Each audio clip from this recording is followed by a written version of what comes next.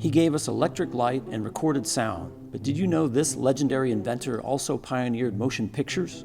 This is the story of the movies before Hollywood, the technological and production innovations of Thomas Alva Edison. Sincere thanks to all our new subscribers and viewers. We humbly ask that you give a thumbs up and share this, and that you please subscribe to keep high-quality content coming your way. Now back to the video. After changing the world with his earlier inventions, his interest turned to moving pictures in the 1880s. Edison outlined his plans in a patent office document for, quote, an instrument which does for the eye what the phonograph does for the ear. His zeal for the project increased after he attended an 1889 photography show in Paris, featuring moving pictures of animals and people. On returning home, Edison wrote a new document for the patent office, describing in rudimentary form the modern film camera. He tasked his assistant William K.L. Dickson with turning the idea into a reality. In 1891, Edison brought moving pictures to the masses via the kinetoscope, or a wooden box with a peephole for viewing short films, the first of which was of Dickson greeting the audience with a smile and a bow. By the mid-1890s, nickel-in-the-slot kinetoscopes were common in bars, hotels, restaurants, and in viewing parlors in larger cities, where for 50 cents a patron could view multiple films. As kinetoscopes drove the demand for more film content, Edison built the world's first commercial film production studio at his headquarters in West Orange, New Jersey. Named the Black Maria, a slang term for police wagon, the windowless building was coated in tar and could be rotated to optimize the angle of sunlight during filming. Films of this era were short, featuring talents from vaudeville and Wild West shows. Other subjects included a barbershop scene, a dental tooth extraction, boxing, and cockfighting. Competition with Edison came from upstart individuals who thought film projection to larger audiences was the key to success. Edison disagreed, but his assistant Dickson began part-time work for a competing firm on developing a projector.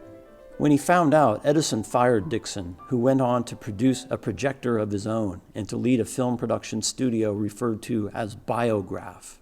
When the emerging film projection threatened the market for his kinetoscope business, Edison bought the patent from a firm that had a primitive projector, the phantoscope, which Edison renamed the Vitascope. Projection of films became a growth industry, and many makeshift theaters were set up in empty storefronts.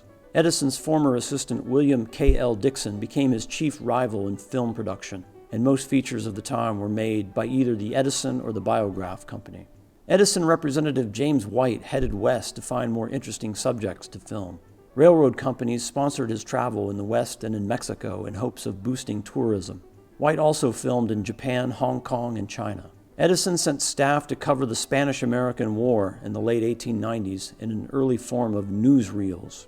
As technology permitted longer films, directors began to feature actors in dramatic scenes in their movies. Some of the more imaginative dramatic early films were made in France. Of special note is Méliès's 1902 feature Voyage to the Moon, which shows the influence of early science fiction writers Jules Verne and H.G. Wells. This feature's longer length and involved plot structure set it apart from earlier films. Another breakthrough occurred with the Edison Studios' 1903 offering, The Great Train Robbery, the world's first Western. Only 10 minutes in length, the movie is filmed from multiple perspectives or shots, and cuts from one shot to another, something not previously done. So-called story films became the staple of the movie studio's offerings and remain so to this day. D.W. Griffith's 3-hour epic, Birth of a Nation, was hailed as a stunning achievement at its release in 1915. The first sound or talking picture did not arrive until 1927 with The Jazz Singer. Edison and Dickson produced a sound pictures machine, or the kinetophone, that featured primitive earphones which were simply pieces of rubber tubing that connected to the user's ears. Edison's attempt to synchronize sound with projected films failed, and the project was abandoned. In 1905, a theater opened in Pittsburgh with a new business model. Called the Nickelodeon, it would show movies and only movies at prices which everyone could afford. A great success, the model was replicated everywhere, further driving up demand for new films. Thomas Edison pioneered movie business practices using strict control over the patents for cameras and projectors. He also had an exclusive arrangement with film stock producer Eastman Kodak.